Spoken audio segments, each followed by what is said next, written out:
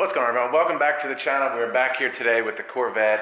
Unfortunately, as much as I want to get this thing back on the road, it's kind of taken a back seat. I work on other people's cars every day, so this one has kind of taken a back seat. And that's why I'm here at 8 o'clock on a Sunday morning to try and get some of this stuff done here, just kind of chip away at this project. So hopefully soon we can get this back on the road. So as you saw, the heads are off the car. Now what I'm going to be doing is I'm going to be removing the cam, which is under here, as most of you know. And unfortunately, on these cars, the C6 Corvettes, to get to the cam, you have to remove the harmonic balancer.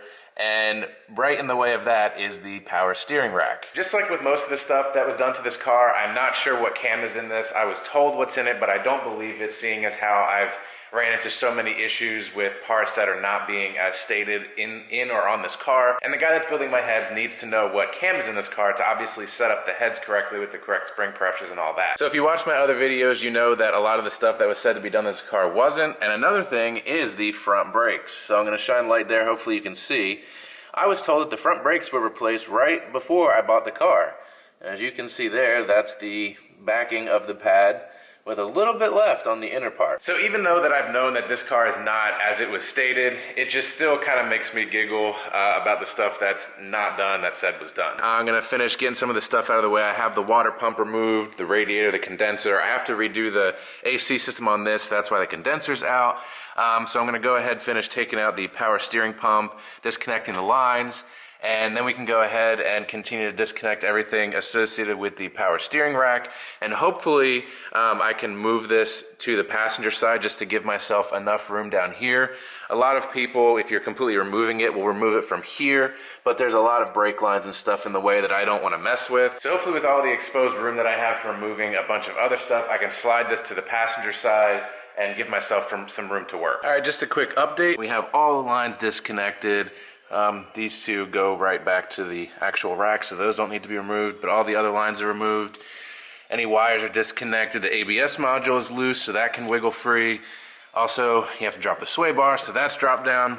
So now we just have two nuts and bolts holding the rack in, and like I said, hopefully we can unbolt that, twist this a little bit to clear the harmonic balancer, and slide it out towards the passenger side.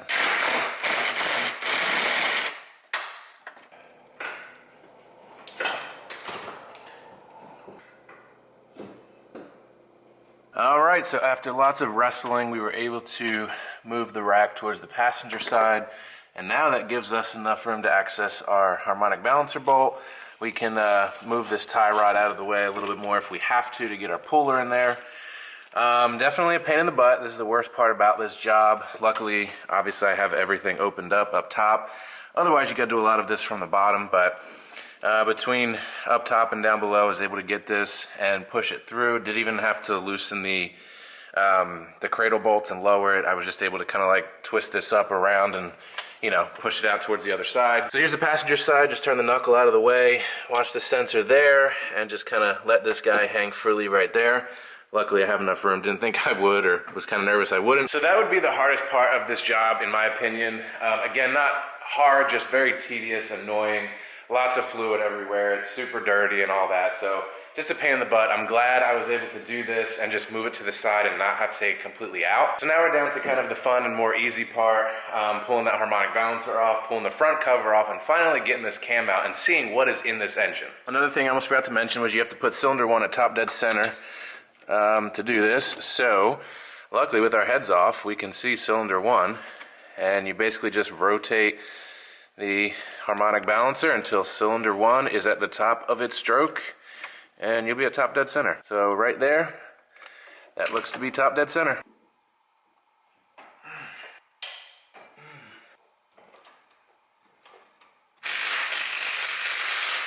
So after a little bit of struggling, we got the harmonic balancer bolt out. This thing is super, super tight. Had to lock the flywheel, pull the starter, lock the flywheel, and use a lot of leverage to get this thing out. So now we can hook up our puller, pull the harmonic balancer off, and then pull the front cover off.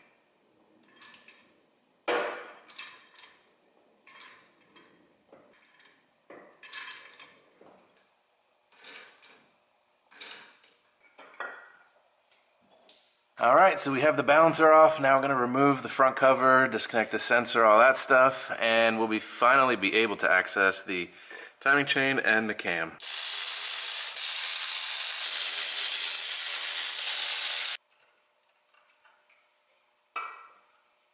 Alright guys, now we are finally down to the exciting stuff. Got the front cover off. There's our timing chain, cam gear, everything. So we're going to pull these bolts out of here, pull this off, and finally get this cam out and see what's inside.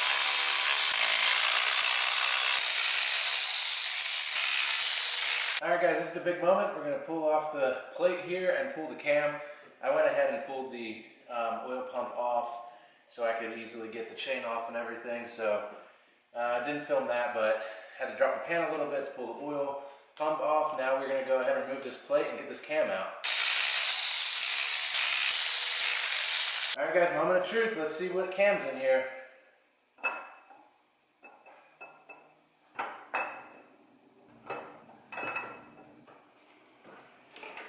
Alright guys, so there it is. There's the cam that we've been fighting to get out for quite a while. And turns out it's a BTR. This is a stage 4. I looked up the numbers and talked to my head builder, and this is a BTR stage 4.